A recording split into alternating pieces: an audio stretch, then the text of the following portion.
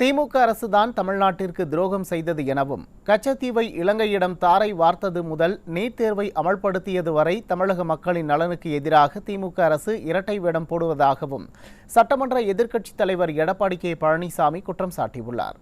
தலைமைச் செயலகத்தில் செய்தியாளர்களிடம் பேசிய அவர் இதனை தெரிவித்தார். தெரிஞ்சு பேசுறாரா தெரியாத பேசுறாரா தெரியல. நான் ஏற்கனவே பல முறை இந்த ஊடகத்தின் வாயிலாக பத்திரிகை வாங்க தெளிவுபடுத்திருக்கேன். இவர் ஒரு பொம்மை முதலமைச்சர், என்ன பேசுறான்னு அவருக்கே தெரியாது. பொம்மைக்கு சாவி கொடுத்தா டக்கு டக்கு டக்குன்னு கை தட்டும் பாருங்க, அது மாதிரி இருக்கிற முதலமைச்சர் தான் நம்ம தமிழ்நாட்டுக்கு கிடைக்கப்பட்ட முதலமைச்சர். கச்சத்தீவை யார் கொடுத்தது? யாருடைய ஆட்சியில் தாரை வார்க்கப்பட்டது? அதையெல்லாம் மறைக்கிறார் இவர், எதோ சொல்லி மறைக்கிறார். 1974 தான் கச்சத்தீவு இலங்கை அரசுக்கு தாரை வார்க்கப்பட்டது. அப்போது யாருடைய அரசாங்கம்? திமுக அரசாங்கம். கொடுத்தது அவர்கள். இன்னைக்கு ஏதோ மற்றவர்கள் பழி போட்டு இவர் தப்பிக்க பார்க்கிறார். செஞ்சது பூரா தமிழ்நாட்டுக்கு துரோகம் செஞ்சது திமுக அரசாங்கம். நாட்டு மக்கள் அத்தனை பேருக்கு தெரியும். அது மட்டும் இல்ல,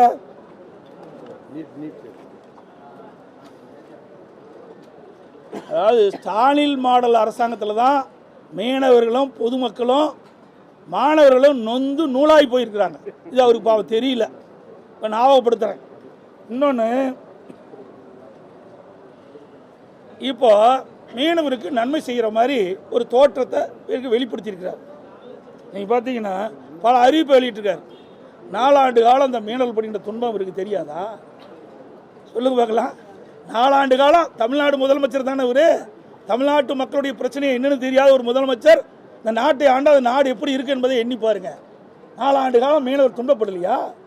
இலங்கை கடற்படையால் அவர்களை கைது செய்யப்படவில்லையா? அவருடைய படகுக்கு சேதம் விளைவிக்கலையா? அப்பொழுதெல்லாம் இந்த முதலமைச்சருக்கு நாணவதையும் இல்லை. ஏன்னா அடுத்த ஆண்டு தேர்தல் வர இருக்குது. அதை மையமாக வைத்து பல அறிவிப்புகள் வெளியிட்டிருக்கார். இப்போ இருக்குது 9 மாதம். இந்த திராவிட முன்னேற்ற கழக அரசுக்கு இருக்கின்ற ஆயுள் காலம் 9 மாதம். இந்த 9 மாதத்தில் என்ன திட்டத்தை கொண்டாந்து நிறைவேற்ற முடியும்? இந்த எந்த அறிவிப்புமே நிறைவேற்ற முடியாது. எல்லாம் அறிவிப்போடு போயிடும். வெற்று அறிவிப்பு தான். மீனவருடைய வாக்குகளை பெற வேணும். அதற்காக இப்படிப்பட்ட ஒரு நாடகம். அது மட்டும் இல்லை, இன்றைக்கு மத்திய அரசு மீது பழி போட்டுட்டு இருக்கிறார். 16 ஆண்டு காலம் மத்தியில் ஆட்சி அதிகாரத்தில் இருந்த ஒரே கட்சி தமிழ்நாட்டில் திமுக கட்சி தான். அப்படி 16 ஆண்டு காலம் மத்தியில் ஆட்சி அதிகாரம் இருக்கும்போது இந்த மீனவர் பிரச்சனை இவருக்கு தெரியாதா? மீனவர் படுகின்ற துன்பம் இவருக்கு தெரியாதா? அப்பொழுது அதிகாரம் இருக்கின்ற பொழுது ஏன் நீங்கள் அதை செயல்படுத்தவில்லை?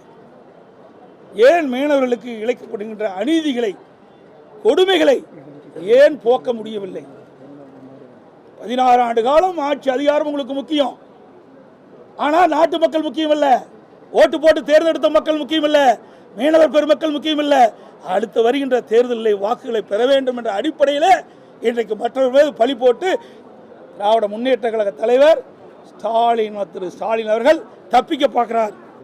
கிராமத்தில் சொல்கின்ற பழைமொழி பாரி தும்பை விட்டு வாழை பிடிப்பதாக கதையா இருக்குது. எல்லா வகையிலும் பிடித்தான்.